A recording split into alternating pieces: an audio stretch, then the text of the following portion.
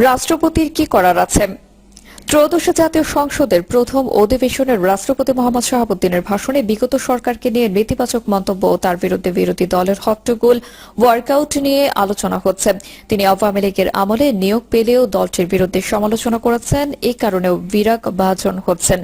আর সামাজিক মাধ্যমে আরেক পক্ষ তাকে নিয়ে ট্রল করছে। অপরদিকে সংসদে সাংবিধানিক নিয়ম অনুসারে তার ভাষণকে ক্ষমতাসীন দল স্বাভাবিকভাবে নিলেও বিরোধী দলের সদস্যরা তা মেনে নিতে পারেনি। তাই তিনি ভাষণ শুরু করতে মারমুখী হয়ে ওঠেন তারা। রাষ্ট্রপতিকে জুলাইয়ের গাদ্দার সম্বোধন করে লেখা বিভিন্ন প্লেকার্ড প্রদর্শন করেন তারা। তাদের অভিযোগ, বিগত সরকারের ফেসিবাদী ভূমিকাকে রাষ্ট্রপতি অন্ধভাবে সমর্থন দিয়েছেন, তাই তাদের ক্ষমতা দীর্ঘায়িত হয়েছে। আর জুলাই ছাত্র জনতার উপর গুলি চালালেও তিনি ছিলেন নিষ্ক্রিয় দর্শক, তাই তার ভাষণ শুনবেন না। সেই আলোকে তারা সংসদে হট্টগোল ও ওয়ার্কআউট করেন। এই ভিডিও গণমাধ্যমে ছড়িয়ে পড়লে তাদের বিপক্ষেও কেউ কেউ মন্তব্য করেন। অনেকেই স্মরণ করিয়ে দেন, জুলাই আন্দোলনের পর অন্তর্বর্তী সরকারের শপথ তো এই রাষ্ট্রপতি করিয়েছেন। তখন আজকের এই 2-1 জন এমপি শপথ নিয়েছেন। প্রধান বিরোধী দল সহ সব রাজনৈতিক দলের শীর্ষ নেতারা সেই শপথ অনুষ্ঠানে অংশগ্রহণ করেছেন।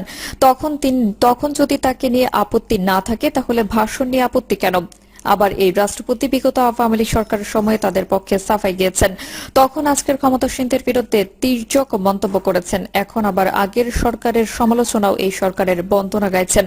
সরকারের নীতি অনুযায়ী রাষ্ট্রপতির ভূমিকারও পরিবর্তন হয়েছে। মূলত দেশে প্রধানমন্ত্রী শাসিত সরকার চালু হওয়ার পর থেকেই রাষ্ট্রপতি পদটির এমন পরিস্থিতি হয়।